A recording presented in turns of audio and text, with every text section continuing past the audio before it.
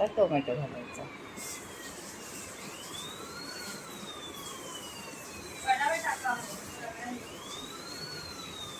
नमस्कार, आपण दहीपुरी बघणार आहोत. मिरची, पुदिना छान घ्या मस्त, आणि कोथिंबीर घ्या. त्याच्यामध्ये आता बघा, आपण जेव्हा पाणीपुरीचं दाखवलं ना, त्यातलीच आपल्या ह्या दोन्ही चटण्या आहेत, गोड चटणी आणि तिखट चटणी. पाणीपुरी बनवली आज, तर दुसऱ्या दिवशी दहीपुरी आपण त्याच्यात खाऊ शकतो. नाहीतर वेगळं बनवायचं असेल तर बनवू शकतो. ही तीच हिरवी चटणी आहे. त्याच्यामध्ये आपण जिरं आणि काळी मिरी थोडी रोस्ट करून घेतली आहे. काळं मीठ घ्यायचं. त्याच्यामध्ये थोडी आमचूर पावडर नसेल तर लिंबू नसेल तर थोडीशी चिंच घाला, आणि थोडी साखर. अशी आपली ही चटणी तिखट तयार आहे. नंतर आपण ही आमचूर पावडर टाकते. नंतर आपण गोड चटणी बनवायची. चिंच भिजत घालायची, ती जराशी कोळून काढायची किंवा गाळून काढायची, नाहीतर गरम पाण्यात टाकायची, आणि त्याच्यामध्ये गूळ घालायचं आणि ते उकळत ठेवायचं. त्याच्यातही आपण थोडं रोस्ट केलेली जिरा पावडर घालायची. काळी मिरी जिरा पावडर एकत्र टाकली तरी चालेल, नाही तर तिखट घालायचं आणि थोडं तिखट घालायचं. असं आपली गोड चटणी झाली. 2 चटण्या झाल्या. 2 चटण्या असल्या की आपण दहीपुरी केव्हाही खाऊ शकतो. एक्स्ट्रा म्हणजे त्याच्यासाठी आपल्याला कांदा कापायचा आहे, टोमॅटो कापायचा आहे, आणि दहीपुरीला बारीक शेव हवी आहे, ती घ्यायची. कोथिंबीर घ्यायची. शिवाय आपल्या पाणीपुरीतला रगडा राहिलेला असला तर ठीक आहे, नाहीतर मूग भिजत घालायचे, ते नुसते हळद आणि मीठ घालून उकडायचे.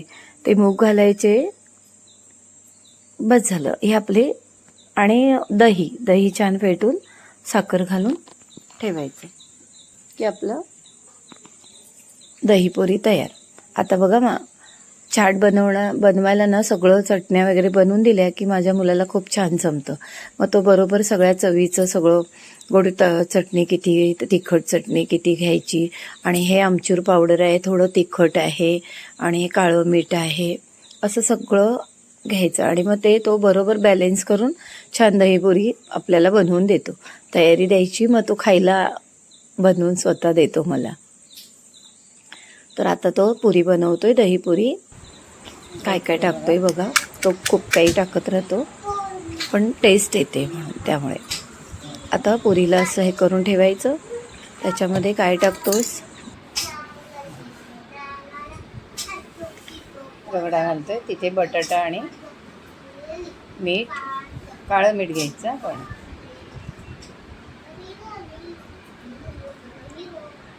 आणि रगडा असेल तर काही घ्यायची पण घरातलं. मूग उकडून घ्या तरी हरकत नाही, मीठ आणि हळद घालून.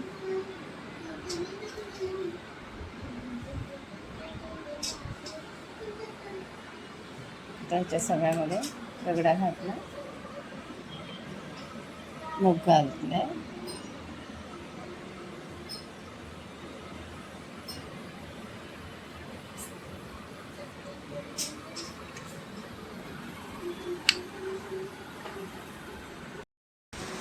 आता तिखट घात, चाट मसाला टाकतो,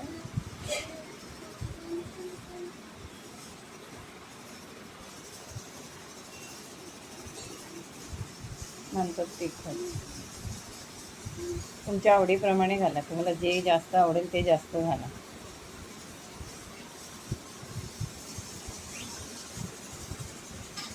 पुऱ्या बघा.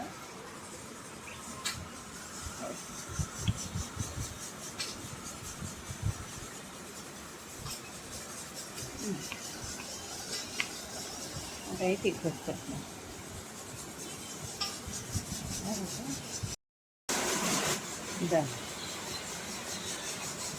पासून नाही भारी गोड चटणी बघा, मस्त भारी पुऱ्या आहेत. आणि हे सगळं ते चाटवाल्या भैयाचा कोर्स माझ्या लेकाने केला आहे.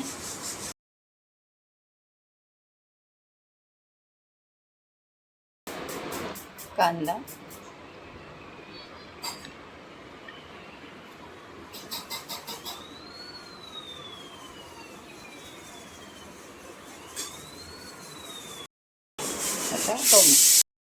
आता टोमॅटो घालायचा.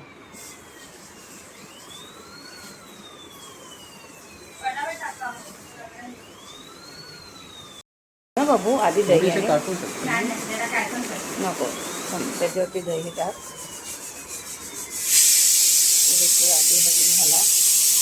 आता मेन दही जाऊ दे आतमध्ये. चांगलं तुम्हाला पुरी भरून हवी आहे दह्याची तर बाकीचं सगळं थोडं थोडं करा. अप्रतिम मस्त एकदम होते. आता चांगली शेव घाला भरपूर आणि मस्त खायला घ्या. कोथिंबीर घाला. वरून हवा चाट मसाला.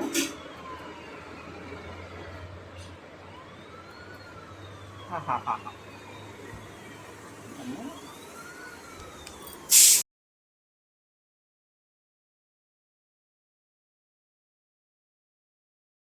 घ्या. असं करतो. हां घ्या, तोंडात घ्या. बाकी काय करू नका तुम्ही. हे बघा किती वाटते बघा तोंडात घाला. मस्त. वा वा वा. ही सिलिंग मशीन आहे. आपल्याला कुठलीही आपण पॅकेट एखादं उघडतो आणि मग नंतर ते सील करता येत नाही. त्याच्यासाठी मग ते चाप वापरतो, रबर वापरतो. तर ही सिलिंग मशीन आहे. ती आपण म्हणजे ह्याचा उपयोग होतो म्हणून मी तुम्हाला दाखवते, बाकी काही नाही. म्हणजे बरं पडतं. हे बघा ही अशी असते. आणि म्हणजे आपण कसं कितीतरी आता काय सगळे पॅकेटमधलेच खाऊ असतं, खाऊ काय काही पण. त्यामुळे ही अशी असते. याच्यामध्ये ना सेल घालायचे 2 इथे आणि मग ती वापरायची. सेलचं भाग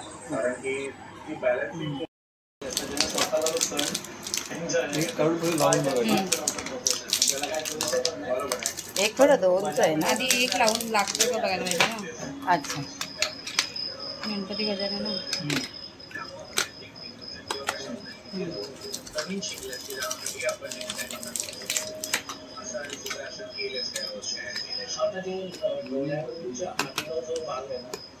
त्याला मी थोडस जे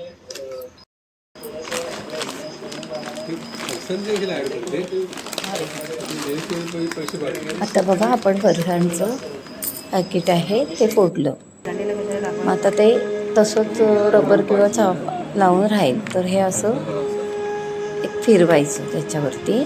फिरवून नुसतं असं फिरवलं की ते थोडं असं गरम होतं आणि ते सील होतं. हे बघा हे सील झालं. ओपन जागेवर ओपन कर. सील झालं. इथे जास्त लागतं. हे बंद झालं. असं बरं आहे. असं बरं पडतं. आपलं काही गोष्ट घेतली की ती राहिलेली आपण सील करून ठेवायची. जरा ते मला बरं वाटलं हो, ते आधीच मशीन आहे. म्हणून मी म्हटलं चला तुम्हालाही दाखवूया म्हणून दाखवते. हे बघा आता हे पण पाकिट आहे. असं फिरवतो. हे असं फिरून सील होऊन जातं.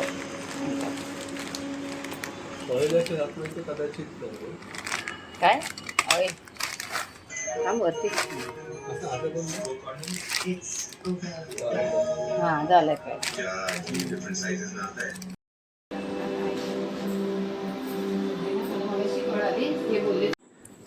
याला आता असा चाप लावलेला. आता ह्याला पण सील करूया. कशी वाटली माझी व्हिडिओ दहीपुरी? लाईक करा, शेअर करा, सबस्क्राईब करा. नमस्कार. आता आपण कोकणात जायचं आहे गणपतीसाठी. आता सगळे व्हिडिओ कोकणातले. चला कोकणात.